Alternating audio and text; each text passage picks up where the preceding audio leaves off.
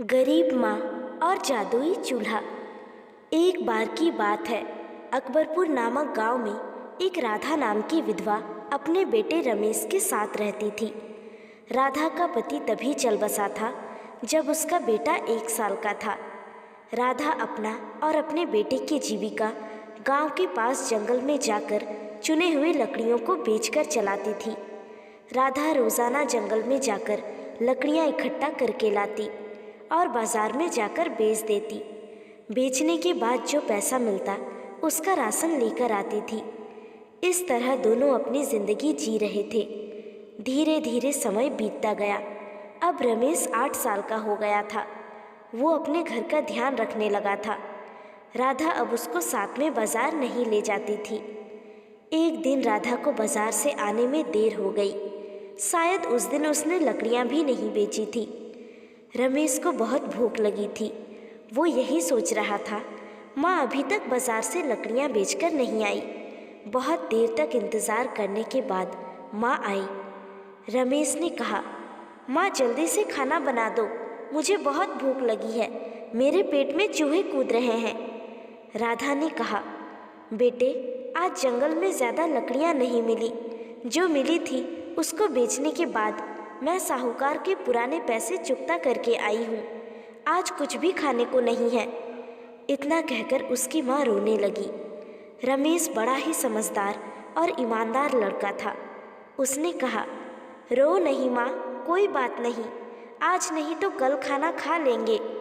तुम देखना, एक दिन मैं बहुत बड़ा अफसर बनूंगा, जिसके बाद मैं खूब पैसे कमाऊंगा। हमारा एक बड़ा घर होगा, तब हमें खाना खाने में कभी भी परेशानी नहीं होगी। फिर हम पेट भर खाना खाएंगे। इसके बाद दोनों सो गए। सुबह दोनों सोकर उठे तो देखा कि बहुत ज़ोरों से बारिश हो रही है। बारिश रुकने का नाम नहीं ले रही थी। राधा ने कहा, अब मैं लकड़ियाँ कैसे चुनने जाऊंगी? बारिश के वजह से सूखी लकड़ियाँ नहीं मिलेगी। सूखी लकड़ियाँ ही बाजार में बिकती हैं। रमेश ने कहा, तुम परेशान मत हो माँ, हम जंगल के दूसरे छोर तक लकड़ियाँ चुनने जाएंगे। बारिश दिन भर हुई। रात में बारिश थोड़ी रुकी। रमेश ने कहा, चलो माँ लकड़ियाँ चुनने चलते हैं। राधा ने कहा, नहीं बेटे, रात को जंगल में लकड़ियाँ चुनने नहीं जाएंगे। जंगल के दूसरे तरफ शेर रहता है, इस तरफ सभी लकड़ियाँ गीली मिलेगी। रमेश ने कहा, माँ अभी तुम लकड़ियाँ चुनने चलोगी तो कल सुबह बेच सकोगी, तभी जल्दी से हमें खाना मिलेगा।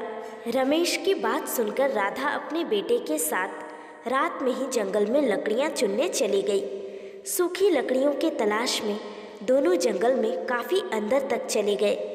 राधा इधर उधर घूमकर देख रही थी। तभी अचानक रमेश गायब हो जाता है। फिर राधा अपने बेटे को अपने पास न पाकर बेटे रमेश चिल्लाने लगती है और बुलाती है। रमेश थोड़ी देर बाद सामने से चलकर आता है। माँ कहती है, कहाँ चले गए थे बेटे? रमेश कहता है, माँ जंगल के शेर को बहुत चोट लगी हुई है, वो बूढ़ा भी हो गया है। शेर के चोट को ठीक करने के लिए मैं जड़ी बूटी लेने चला गया था, बस देर हो गई। रमेश के पीछे खड़े शेर को देखते ही राधा सन्न रह गई। राधा ने कहा, जल्दी से भाग आओ मेरे पास, नहीं तो शेर तुम्हें खा जाएगा। रमेश ने कहा, तुम डरो नहीं माँ, शेर हमारा साथी बन गया है, वो हमें नहीं खाएगा। शेर ने भी ऐसा ही किया।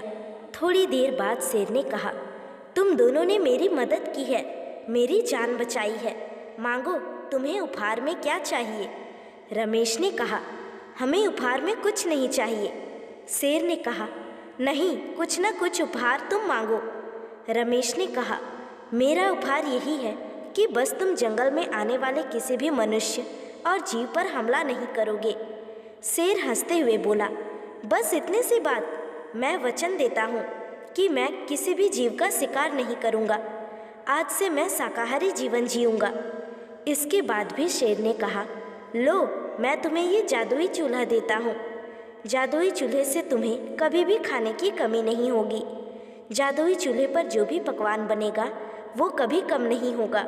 ये चूल्हा सिर्फ तुम दोनों की ही बात मानेगा। जादुई चूल्हे को लेकर राधा और रमेश घर पहुँचे। दोनों बहुत खुश थे। दोनों रोज़ाना नए नए पकवान बनाकर खाने लगे। राधा ने जंगल में लकड़ियाँ चुनने का काम छोड़ दिया। धीरे धीरे समय गुजरता गया और रमेश काफ़ी बड़ा हो गया और राधा थोड़ी बूढ़ी हो गई थी। रमेश को घर बैठे खाना मिल जाता था, इसलिए उसने अभी तक कोई काम धंधा भी नहीं सोचा था। वो बिल्कुल निष्क्रिय हो गया था। इस बात की चिंता उसकी माँ राधा को होने लगी। एक दिन राधा ने अपने बेटे से कहा, बेटे, कब तक हम दोनों जादुई चूल्हे के भरोसे बैठे रहेंगे? क्यों नहीं तू शहर जाकर कहीं नौकरी वोकरी देखता? कब तक तू यूं ही बैठा रहेगा? जादुई चूल्हा सिर्फ खाना दे सकता है। रमेश अपनी माँ की बात सुनकर अपना मुंह उधर कर लेता है और कहता है, माँ, जादुई चूल्हे से हमें घर बैठे खाना खाने को मिल रहा है। जादुई चूल्हे की वजह से हम रोज़ अच्छे अच्छे पकवान खाते हैं और तू कहती है मैं शहर कमाने चला जाऊं। माँ, जब घर बैठे खाना मिल ही रहा है तो मैं कहीं नौकरी करके अपना पसीना क्यों निकालूं?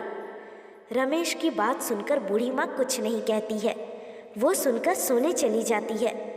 एक दिन जादुई चूल्हा घर से ही गायब हो जाता है। राधा और रमेश दोनों सन्न रह जाते हैं।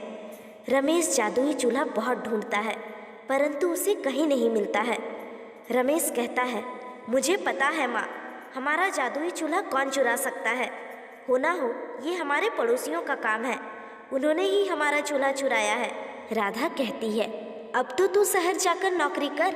देख, हमने इतने साल से बैठकर खाना खाया है और अपना शरीर भी नहीं चलाया, इसलिए अन्न देवता नाराज हो गए हैं। जादुई चूल्हा जादू से गायब हो गया। अब तू शहर नहीं गया तो हम भूखे मर जाएंगे। रमेश घर पर आसानी से मिल रहे खाना और आराम को ही अपना दुनिया समझ चुका था, परंतु जादुई चूल्हा खोने के बाद रमेश समझ चुका था, अब मुझे शहर नौकरी करने जाना ही पड़ेगा।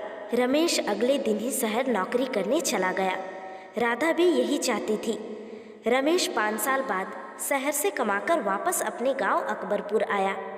रमेश और उसकी माँ का रहन सहन बदल चुका था। जब रमेश शहर से अच्छा पैसा कमाकर लाया, उसने अच्छा घर भी बना लिया और अब वह अमीर भी बन चुका था।